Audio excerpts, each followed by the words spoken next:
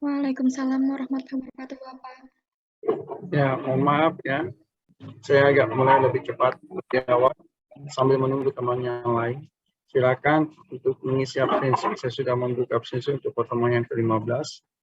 Mohon maaf jika suara saya rada serak-serak karena berhubung lagi tenggorokan terganggu. Oke, pertemuan yang ke-15 ini kita akan masuk pada pertemuan tentang penilaian program kesehatan, atau sering kita sebut juga bagian dari sebuah evaluasi program kesehatan. Nah, apa itu penilaian atau apa itu evaluasi dalam bidang kesehatan? Sebelumnya kita sudah membahas tentang pengawasan, pengendalian dari sebuah program kesehatan, di mana dalam pengendalian dan pengawasan tersebut akan dilaksanakan untuk melakukan pengamatan, untuk melakukan pencatatan, dan untuk melakukan sebuah pelaporan proses dari sebuah kegiatan implementasi program. Nah, tibalah kita untuk mengevaluasi program ini. Apakah program ini efektif? Apakah program ini efisien? Seberapa besar masyarakat yang terdampak dari program tersebut? Itulah bagian dari sebuah evaluasi. Dalam evaluasi kita akan memberikan sebuah nilai, keberhasilan, dan kegagalan. Rekomendasinya apa jika dia berhasil? Rekomendasinya apa jika gagal? Maka akan ada feedback atau akan kembali. Apakah kembalinya ke input maupun ke proses. Jadi definisi evaluasi merupakan bagian yang penting dari sebuah proses manajemen. Karena dengan evaluasi akan diperoleh umpan balik atau feedback. Apa yang menjadi kekurangan dari semua riset tadi? Mulai dari sistem perencanaan, mulai dari sisi action atau implementasinya, sampai pada sisi evaluasi. Tanpa adanya evaluasi, sulit rasanya untuk mengetahui sejauh mana tujuan-tujuan yang telah direncanakan mencapai tujuan atau belum. Jadi kita tidak tahu apakah program tersebut sudah mencapai tujuan atau belum. Nah, ini yang di sini yang cukup menarik dari sebuah pentingnya sebuah evaluasi untuk dilaksanakan. Maka jangan pernah tidak melaksanakan evaluasi. Salah satu contoh dalam proses belajar mengajar pada mata kuliah administrasi dan kebijakan kesehatan. Kalau sekedar hanya kuliah, kalau sekedar cuma pemberian tugas, atau hanya sekedar untuk memberikan arahan-arahan tanpa melakukan evaluasi, maka nilai apa yang kita bisa berikan? Maka tidak akan ada nilai yang bisa kita berikan. Tetapi dengan adanya evaluasi, kita akan bisa memberikan sebuah penilaian terkait keberhasilan dari sebuah mata kuliah administrasi kebijakan kesehatan. Bentuknya seperti apa evaluasinya? Bentuk dari sebuah evaluasi adalah pemberian ujian. Dari pemberian ujian tadi itu, kita kan bisa mengukur sejauh mana pemahaman mahasiswa dalam penangkapan sebuah informasi. Bagaimana seorang dosen memberikan transformasi knowledge, transformasi pengetahuan kepada mahasiswa. Itu akan dievaluasi pada. Nah, bagaimana Pak kalau error semua, berarti dosennya bermasalah. Nah, ya kan? Bagaimana kalau A semua, berarti dosennya berhasil. Ya kan? Jadi jangan bangun. Biasa kita error semua satu kelas, berarti saya tidak tahu apakah di mahasiswanya bermasalah atau di dosennya bermasalah. Jadi perlu dievaluasi semuanya. Nah, bagaimana ke pelayanan kesehatan? Ya jelaslah, kalau kita melakukan program UKM, unit kegiatan masyarakat, unit kesehatan masyarakat, maka kita menyusun sebuah program untuk peningkatan derajat kesehatan masyarakat. Indikatornya jelas. Kalau menurun angka ya produktivitas, meningkat angka kesakitan, meningkat angka kematian, maka desa tersebut atau kecamatan tersebut tidak sehat. Nah, bagaimana kalau dia tidak sehat? Berarti bermasalah tuh. Nah, kalau dia bermasalah, maka program yang selama ini diimplementasikan tidak sesuai dengan harapan. Maka rekomendasinya perlu dilakukan perbaikan-perbaikan. Evaluasi banyak batasan. Secara umum dapat dikatakan bahwa evaluasi adalah suatu proses untuk menilai atau menetapkan sejauh mana tujuan telah ditetapkan tercapai. Sejauh mana tujuan itu tercapai. Tujuannya adalah meningkatkan derajat kesehatan masyarakat. Maka evaluasinya adalah menurun angka kesakitan, menurun angka kematian, dan meningkat produktivitas. Dengan ketiga hal tersebut, maka produktivitas hidup, maka derajat kesehatan masyarakat meningkat. Evaluasi adalah membandingkan antara hasil yang dicapai oleh suatu program dengan tujuan yang direncanakan. Ya jelas, apa yang menjadi tujuannya, maka itulah indikator kita dalam melakukan pengukuran dalam sebuah evaluasi. Menurut kamus istilah manajemen, evaluasi ialah suatu proses bersistem dan objektif menganalisis sifat dan ciri pekerjaan di dalam suatu organisasi atau program. Menurut Levy pada tahun 73, dia mengatakan bahwa evaluasi itu adalah sebuah nilai ya untuk menjustifikasi atau membenarkan bahwa sebuah ya komparasi sebuah tujuan, sasaran, dan harapan itu adalah dari sebuah pilihan dan pengambilan keputusan. Ini menjadi sebuah tantangan buat kita sebagai calon tenaga kesehatan masyarakat untuk mengambil sebuah pilihan, untuk bisa mengambil sebuah pengambilan keputusan. Nah, dalam sudah tentu, dalam hal ini, bahwa evaluasi pasti ada yang manis dan ada yang pahit. Kalau kita selalu mengatakan bagaimana yang manisnya adalah kalau berhasil maka mendapatkan pujian. Berhasil maka akan mendapatkan reward. Bagaimana yang mengalami kegagalan maka pasti akan mendapatkan punishment. Nah, kalau mendapatkan punishment maka bisa banyak bentuk. Apakah pengurangan anggaran?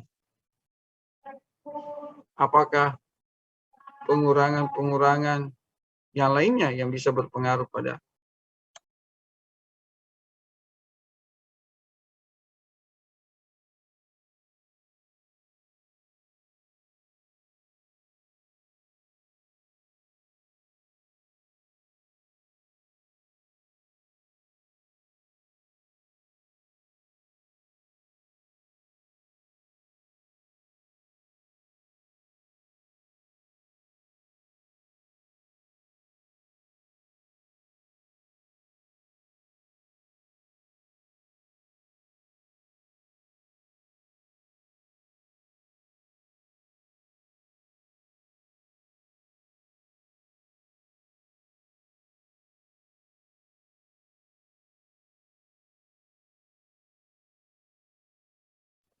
Oke, kita lanjut lagi ya.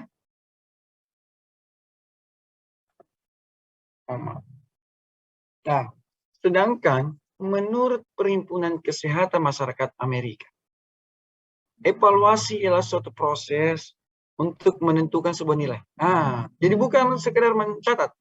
Kalau tadi pengawasan, pengendalian, kita mencatat. Semua proses kita catat. Semua proses kita laporkan. Kalau ada yang negatif, tetap kita catat. Kita arahkan. Di evaluasi, kita sudah berikan nilai. Sudah barang tentu, hasil dari pengawasan tadi, itu menjadi referensi. Salah satu bentuk perkuliahan ini, bentuk pengawasannya apa?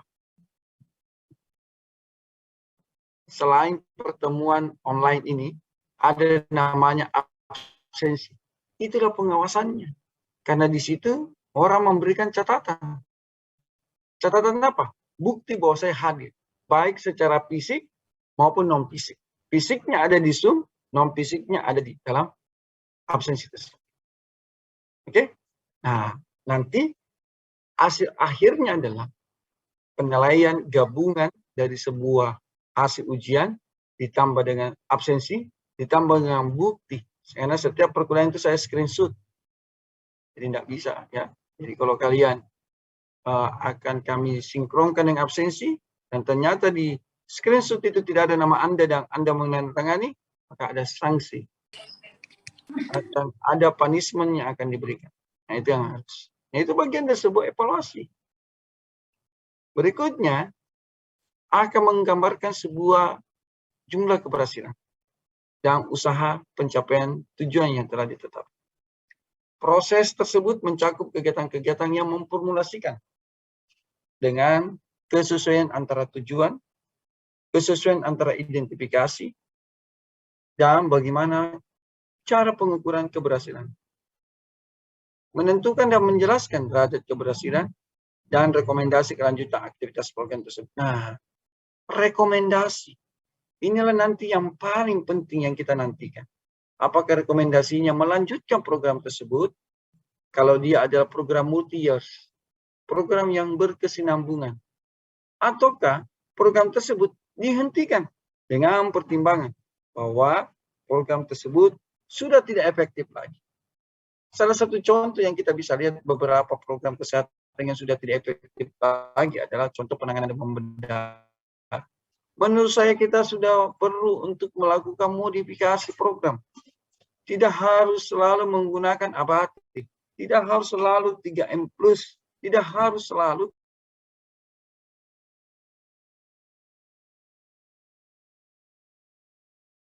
kita menggunakan fogging. Tapi perlu pendekatan Aedes aegypti atau demam berdarah. Nah, itu salah satu contoh yang kita bisa lihat. Nah, itu sudah barang tentu rekomendasi yang akan diberikan. Tapi tanpa sebuah evaluasi, maka rekomendasi itu tidak bisa diberikan. Karena tidak ada nilai, tidak ada jumlah keberhasilan yang dimunculkan. Oke. Kegiatan-kegiatan evaluasi itu mencakup langkah-langkah seperti apa?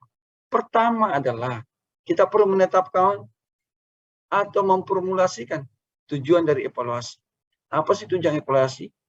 Ya, ini tentang apa yang akan dievaluasi terhadap program yang dievaluasi. Apa yang kita akan evaluasi dari program yang akan dievaluasi. Ya, sudah barang tentu yang kita akan evaluasi adalah hasil, output. Apa yang kita evaluasi adalah outcome atau dampak. Seberapa banyak orang yang mendapatkan intervensi dari program tersebut? Seberapa banyak orang yang merubah perilakunya dari program tersebut? Nah, itu yang kita bisa evaluasi.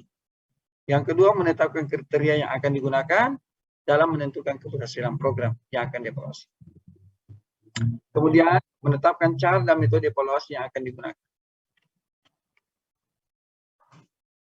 Nah, sekarang, bagaimana cara menetapkan dan metode evaluasi yang akan digunakan? Ya, dengan cara adalah tidak langsung melakukan evaluasi pada saat selesainya program itu berlangsung. Kenapa? Karena kita perlu waktu. Namanya perilaku, kita perlu mengetahui. Karena pasti kalau kita mengevaluasi pada saat itu, hasilnya bagus. Kenapa?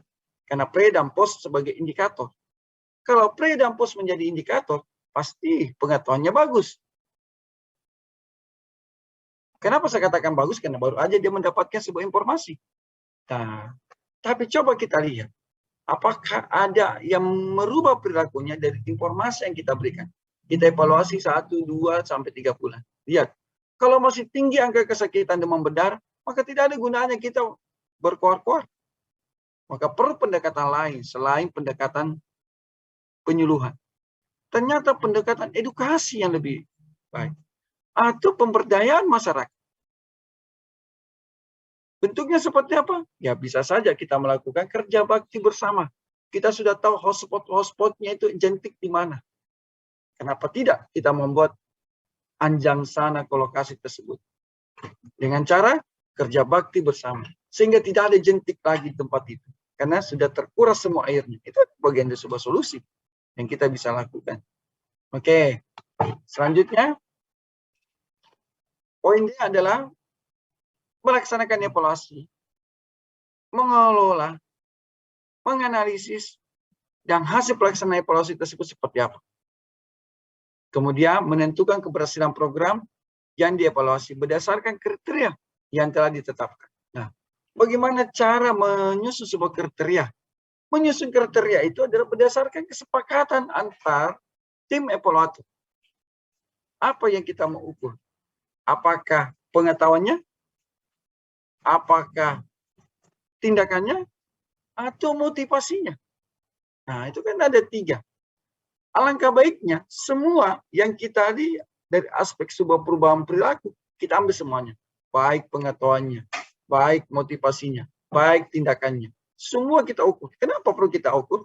Agar kita bisa mengetahui di mana letak yang masih lemah dari ketiga variabel tadi. Kalau di pengetahuannya bagus, kok masih tinggi angka? Ternyata dia tidak punya motivasi. Oh, dia butuh diberikan reward. Oke. Setelah diberikan reward, kenapa dia masih tinggi? Ternyata di tindakannya. Dia butuh pendampingan bagaimana cara melakukan yang baik dan benar. Nah, hal-hal itulah yang akan bisa diselesaikan seorang tenaga evaluator. Pertanyaan selanjutnya, siapa sih tim evaluator itu? Tidak boleh yang melaksanakan kegiatan, itu juga yang melakukan evaluator. Karena pasti hasilnya bagus. Tapi kalau PBL nanti namanya latihan, no problem. Tapi pada saat berada di lapangan nantinya di puskesmas atau di rumah sakit, unit yang lainnya, maka tim evaluator itu adalah yang ditunjuk oleh tim evaluasi oleh pimpinan. Nah, evaluasi itu ada 2. Evaluasi secara formatif dan evaluasi secara sumatif. Evaluasi secara formatif dilakukan di pertengahan atau sementara berjalannya proses implementasi program. Nah, mengapa kira-kira dilakukan hal ini? Untuk bisa mengoreksi langsung program itu agar program itu tetap lurus, tidak bengkok, lurus. Ya kan? Sedangkan evaluasi sumatif adalah evaluasi yang dilakukan di akhir semua kegiatan. Mengapa? Karena dia cuma mau mengukur hasil akhir dari sebuah output dan outcome. Plus minusnya ada. Plusnya kalau dia formatif adalah kita bisa langsung mengidentifikasi masalahnya di mana, kegagalannya di mana, sehingga kita lurus. Kekurangannya adalah kita melakukan 2 kali evaluasi. Evaluasi sumatif, evaluasi formatif dan sumatif. Oke? Berarti butuh waktu, energi, materi. Kalau dia sumatif, plusnya adalah kita cukup melakukannya 1 kali, sederhana. Nah, kekurangannya adalah kesimpulan cuma 1. Kesimpulan akhir saja, tidak ada kesimpulan awal. Kesimpulan akhir saja. Nah, tergantung organisasi mau menggunakan mana. Tapi kecenderungan kita bisa menggunakan kedua hal ini. Tergantung dari pemegang program tersebut. Apakah mau melakukan evaluasi di pertengahan ataukah evaluasi di akhir. Atau sebaliknya, melakukan evaluasi cukup di akhir saja. Evaluasi suatu program kesehatan masyarakat, evaluasi program kesehatan masyarakat dilakukan terhadap 3 hal. Ya ini, kita evaluasi proses pelaksanaan yang seperti saya ulas tadi. Kita evaluasi hasilnya dan kita evaluasi dampak. Nah, menarik kan? Kenapa inputnya tidak diproses?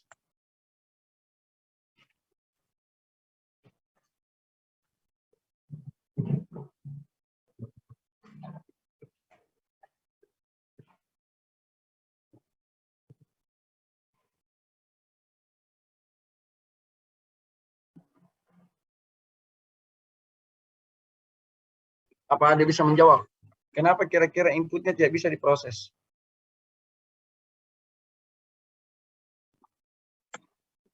Jadi inputnya tidak diproses karena input itu adalah awalan, rencana. Maka tidak usah kita evaluasi rencana. Yang kita evaluasi adalah implementasinya.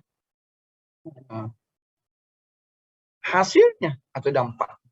Nah, kalau hasil berarti output, kuantitas, jumlah. Kalau dampak adalah kita lihat, ya, kita akan lihat seberapa besar ya pengaruh dari sebuah hasil terhadap tujuan. Oke, next selanjutnya. Berikutnya evaluasi mutu. Evaluasi suatu program kesehatan masyarakat, kita lihat dari sebuah proses. Kalau prosesnya itu ditujukan terhadap pelaksanaan program, menyangkut ya penggunaan resources, 5M-nya. Baru kalau kita lihat hasil program ditujukan untuk menilai sejauh mana program tersebut berhasil. Ya, ini sejauh mana tujuan-tujuan yang telah ditetapkan itu tercapai. Misalnya, kalau meningkat cakupan imunisasi atau meningkat cakupan vaksinasi, berarti bagus, berhasil. Meningkatnya ibu-ibu hamil yang memeriksakan kehamilannya, berarti bagus. Tidak semuanya kata meningkat itu adalah negatif kalau kesehatan. Kalau dia program, kata meningkat itu bagus, berarti cakupan. Tapi kalau dia terkait tentang mortality dan morbiditas, wah, tidak bagus. Meningkat kematian, berarti bagus Pak, karena meningkat. Apanya meningkat? Itu tidak boleh. Jadi kalau dia program, UKM, maka cakupan, maka itu positif. Tapi kalau dia UKP, itu negatif. Meningkat orang datang berkunjung pelayanan kesehatan, berarti kan ada sesuatu yang tidak beres. Ada konsep sakit yang ada di masyarakat. Evaluasi dampak program ditujukan untuk menilai sejauh mana program itu mempunyai dampak terhadap peningkatan derajat kesehatan masyarakat. Dampak program-program kesehatan ini tercermin dari membaiknya atau meningkatnya indikator-indikator kesehatan masyarakat. Misalnya, penurunan angka kematian bayi atau IMF, meningkatnya status gizi anak balita, menurunnya angka kematian ibu dan sebagainya. Nah, itu. Sekarang, monitoring adalah bagian yang tak terpisahkan dari sebuah evaluasi. Dalam program kesehatan masyarakat, di samping evaluasi juga dilakukan monitoring atau pemantauan program. Monitoring dilakukan sejalan dengan evaluasi, dengan tujuan agar kegiatan-kegiatan yang dilakukan dalam rangka mencapai tujuan program tersebut berjalan sesuai dengan apa yang direncanakan, baik dari aspek waktunya maupun dari jenis kegiatannya. Dalam monitoring tidak dilakukan penilaian seperti evaluasi, tapi hanya mengamati. Jadi monitoring itu sama dengan pengawasan, pencatatan. Apabila terjadi ketidaksesuaian antara kegiatan dengan direncanakan, dilakukan koreksi. Demikian pula apabila terjadi ketidakcocokan antara penggunaan sumber daya, biaya, tenaga, dan sarana dengan yang direncanakan, dilakukan pembetulan. Oleh sebab itu, dalam prakteknya, monitoring atau pemantauan kadang-kadang diidentikan dengan evaluasi proses dari suatu program atau evaluasi formatif. Karena di monitoring itu akan selalu ada catatan. Catatan itu bisa langsung dilakukan tindakan correction. Jika dilakukan correction, maka evaluasi proses namanya. Atau evaluasi formatif. Ada pertanyaan sampai di sini. Ya, seperti digambar ini. Sekian dan terima kasih. Ini baru gambaran kecil saja dari sebuah evaluasi. Nanti pada saat kita di semester 4, kita akan masuk mata kuliah namanya perencanaan dan evaluasi kesehatan. Bagi yang ingin melanjutkan di peminatan administrasi dan kebijakan kesehatan, itu akan lebih banyak lagi kita akan bertemu dengan hal-hal yang bersifat perencanaan dan evaluasi program kesehatan. Oke, tadi ada Resan. Monggo, siapa yang ingin bertanya? Saya persilakan. Ya, silakan Gasil. Baik, sebelumnya terima kasih Bapak atas kesempatannya. Saya ingin bertanya mengenai evaluasi formatif tadi Bapak. Jadi kan evaluasi formatif ini dilakukan ketika di pertengahan dan di akhir, jadi ada 2 kali. Nah, semisal dalam suatu perencanaan itu ada target perencanaan yang tidak dicapai dalam minimum, lalu dievaluasi formatif, lalu ketika dievaluasi itu dampak dari program itu ternyata belum tepat sasaran juga, jadi dievaluasi lagi, namun belum sampai tahap akhir.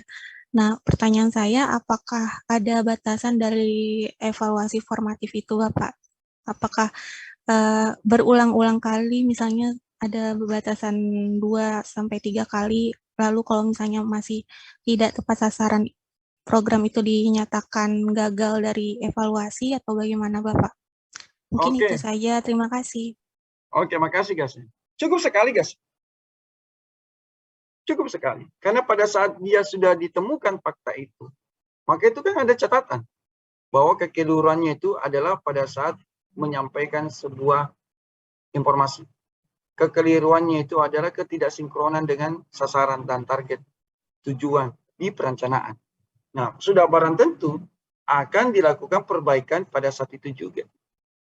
Ya kan? Nah, dan langsung melakukan action selanjutnya.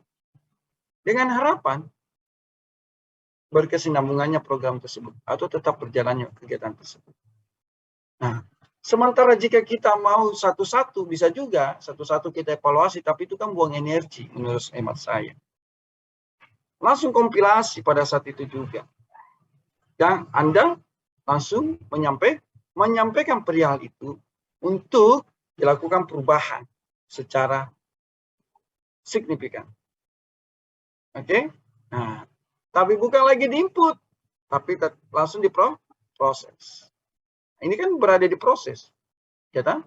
Evaluasi proses namanya. Jadi dia tetap diproses. Tidak harus di perencanaan. Jangan sampai pemahamannya kembali ke perencanaan, maka itu tidak boleh. Kita tetap diproses. Karena kadang kekeliruan di proses itu karena tidak mengikuti apa yang direncanakan. Nah, di situ ada gap-nya. Nah, itu yang kita perlu minimalisir agar tidak terjadi hal seperti itu. Oke? Mungkin seperti itu, guys. Baik, Bapak. Terima kasih banyak, Bapak. Oke. Berarti silakan. Ya, silakan. Kalau tadi pas di prosesnya itu ada gap yang tidak sesuai dari perencanaan awal, ketika prosesnya berarti langsung dievaluasi begitu ya Bapak? Satu Bisa. kali di tengah dan satu kali pas di akhir. Ya, tapi belum diberikan nilai akhir kita. Nah, kita cuma langsung memberikan catatan dan monitoringnya. Nah, itulah evaluasi proses. Karena kita langsung melakukan action. Bedakan dengan monitoring atau pengawasan yang cuma mencatat, belum memberikan sebuah tindakan action. Nah, kita menunggu jeda waktu. Kalau dia formatif atau sumatif, maka di akhir baru kita menarik sebuah kesimpulan. Dan sudah barang tentu ada dua hal yang akan dilihat kalau kita melakukan feedback. Apakah di inputnya ataukah di prosesnya yang bermasalah. Tapi kecenderungan terjadi itu adalah di proses.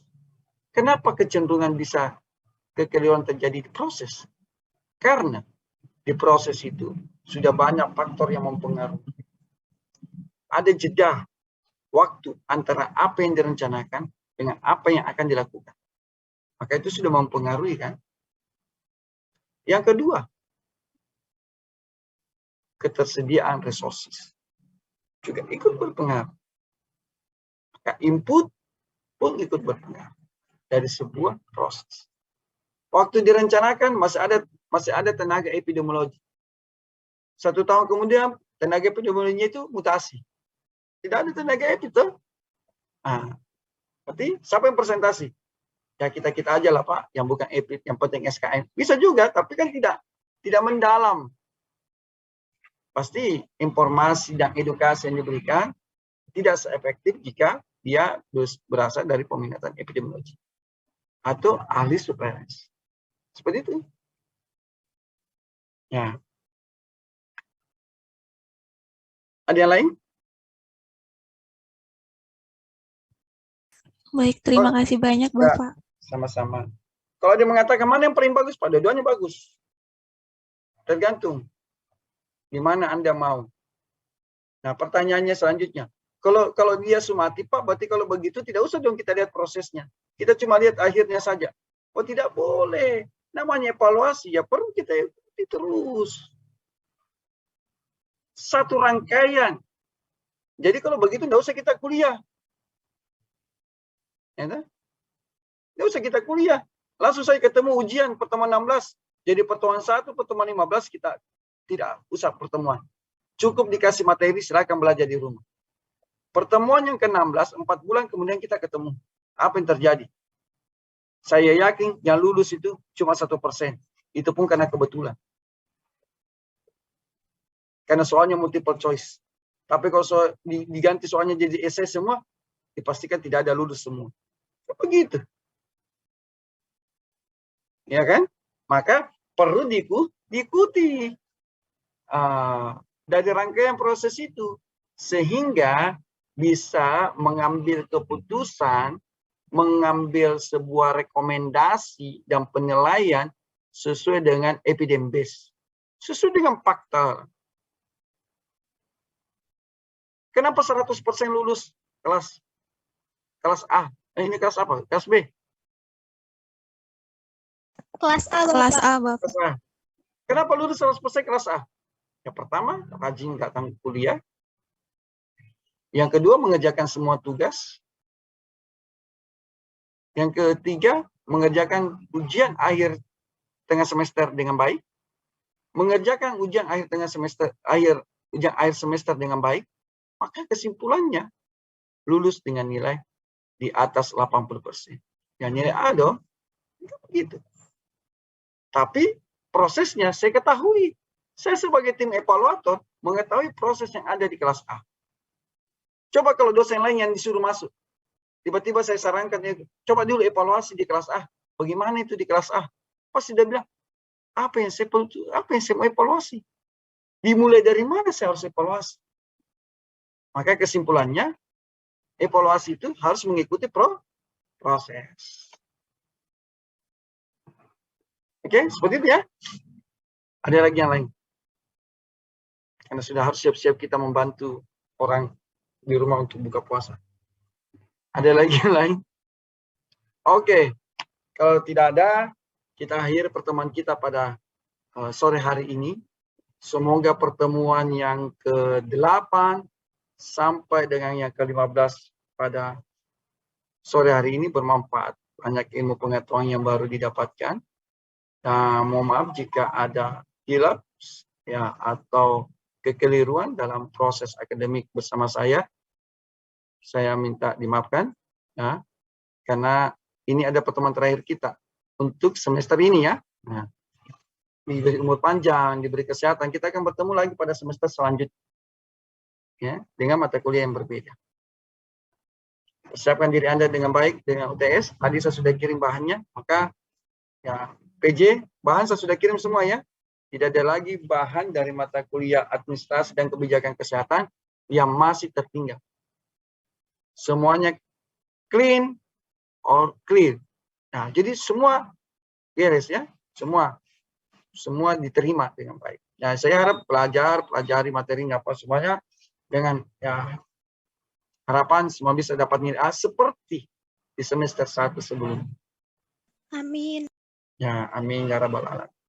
Ya, jadi saya juga mengucapkan ya minal aidin wal faizin, mohon maaf lahir dan batin ya. Mudah-mudahan puasanya bisa sampai ke 30 atau 29 tergantung yang melaksanakan ibadah tersebut. Selamat berlebaran di kampung halaman masing-masing ya. Dan setelah lebaran kembali lagi datang karena kita akan kembali kuliah hybrid dan mudah-mudahan bisa naik menjadi 75% yang akan bisa datang melaksanakan perkuliahan kampus. Sekian, terima kasih. Wabillahi taufiq wal hidayah. Assalamualaikum warahmatullahi wabarakatuh. Waalaikumsalam warahmatullahi wabarakatuh. Terima kasih banyak Bapak. Sehat selalu Bapak. Warahmatullahi wabarakatuh. Tuh, terima kasih banyak Bapak. Semuanya ya. Selamat sore Bapak. Ya.